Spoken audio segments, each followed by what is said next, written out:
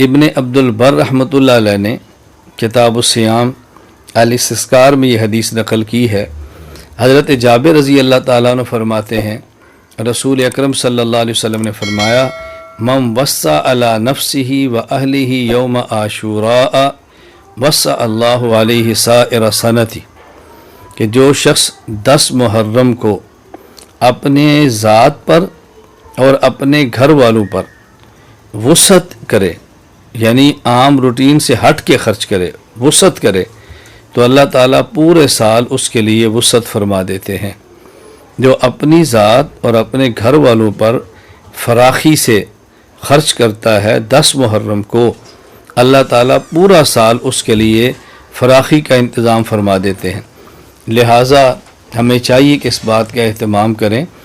عام دنوں میں اگر دال پکتی ہے تو ان دنوں میں ساتھ سبزی پکا لیں۔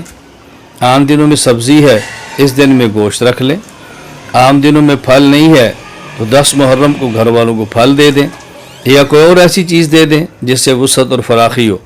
تو رسول اکرم صلی اللہ علیہ وسلم نے 10 محرم کو اپنی ذات اور اپنے اہل و عیال پر فراخی اور وسعت کی ترغیب فرمائی ہے۔ ہمیں اس بات کا خیال کرنا چاہیے۔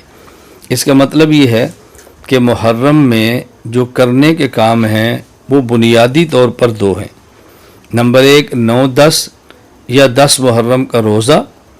نمبر 2 10 محرم کو اپنی ذات اور اپنے گھر والوں پر وسعت کرنا، فراخی کرنا، اچھی طرح خرچ کرنا۔ ان 2 باتوں کا اہتمام کریں۔